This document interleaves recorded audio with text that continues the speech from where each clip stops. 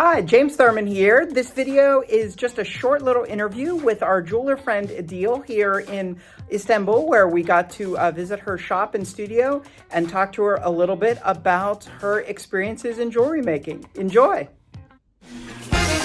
Hey, I'm James, and I'm here at Idil's studio and store. And well, why don't you just kind of introduce yourself and tell everyone a little bit about yourself? Yes.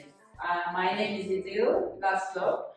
I'm Turkish and Hungarian, but I live in Istanbul for the last 55 years. I was born here. I studied economics actually, but then turned into a jewelry maker. This is like a second career for myself, and I've been doing this for the last 5 years. So how did you get started making jewelry? Well, actually, in my high school years, I used to do bead jewelry, beading, and that kind of stuff. And then I moved into some silver things in high school. And then, in 2005, I took a bit more serious, I think. I took some lessons, private lessons from a contemporary jewelry maker, It was a month's kind of workshop. But then I stopped. I was just I was working very, it was hard doing both. And then, in 2007, I started again, for taking some lessons for about 9 months. Then, I bought a lot of equipment as well. So I had most of my equipment at home. But then again, I stopped and I didn't work I didn't even touch my bench for about maybe 10 years, maybe more than that. But when we came to 2018, I stopped working my corporate life, and I thought to myself, I thought I should do something arty. Then I went to this municipalities course.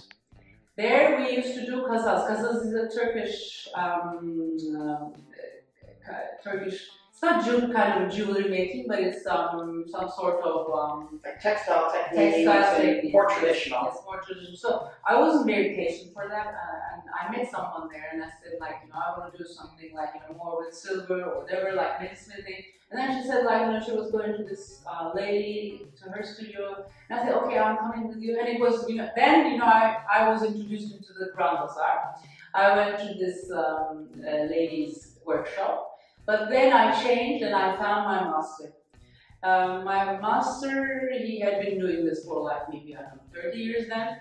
And I worked with him for about 3 years as master and apprentice. And then, for the last 2 years, I'm just flying on my own, let's say. Yeah. And I did some lessons, metalsmithing lessons, but I did some different lessons metal coloring, enameling, separate lessons, enameling as well, and then wax classes I took, and I took stone setting classes as well, separately. These are separate from a master because in Turkey, usually a master is a metalsmith and they don't do everything themselves. They only shape the metal and they do the wax work. But I took separate classes during that time, during that 3 years. And now I'm introduced into a little bit more 3D. I'm trying to learn 3D programs now. So, and then this year I ended up in this workshop. It's a design museum, Istanbul Design Museum. They offered some artists this space, so I took mine, and this is the studio that I have now.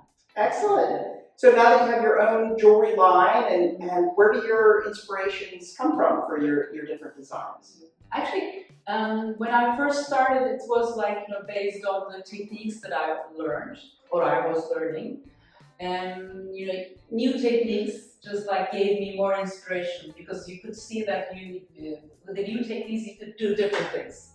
But now, most of the time, my inspiration is nature. Flowers, plants, and these kind of nature, flora and fauna. Yeah. And but I like mechanical features of plants as well. So I try to transfer this into my jewelry. I like mechanical things, toys. So I take my inspiration from these things as well.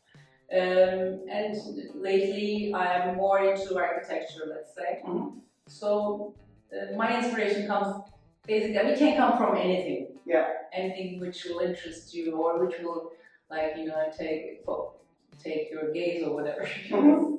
Do you have a recent piece that you're really excited about, or? Yes, actually, I have a recent piece that I have made, and it's based on Süleymaniye Mosque. You know, I got inspired by this architecture, by the columns, and, like, you know, the shape of the marbles and how they made this building. It's just like so incredible. So I took the inspiration from Süleymaniye, the mosque, and of course it's going to be like the great.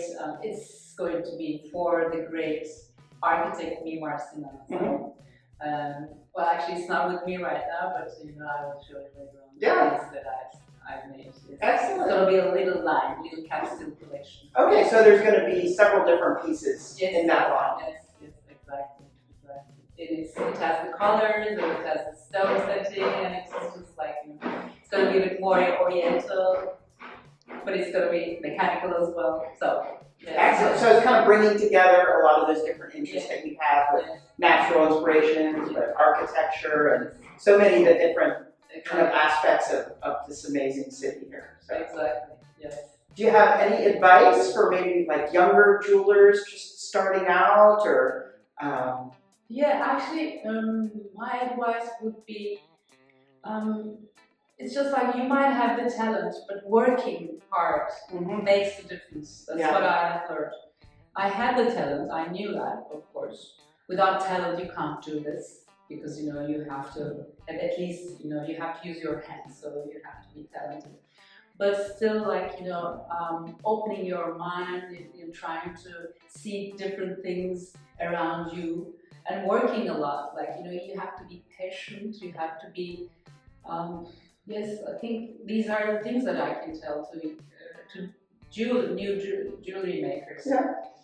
So be patient. You know, it's gonna happen. Work hard and be patient. Yeah, you have to have the patience, because you're just like doing very small. I mean, for me, I'm doing very small things, and I like small things. Some people, they like bigger things, but jewelry making is like, you know, basically small, miniature, you know, structures. Yeah. So you have to be patient with that. And of course, it's just like working hard makes a lot of difference.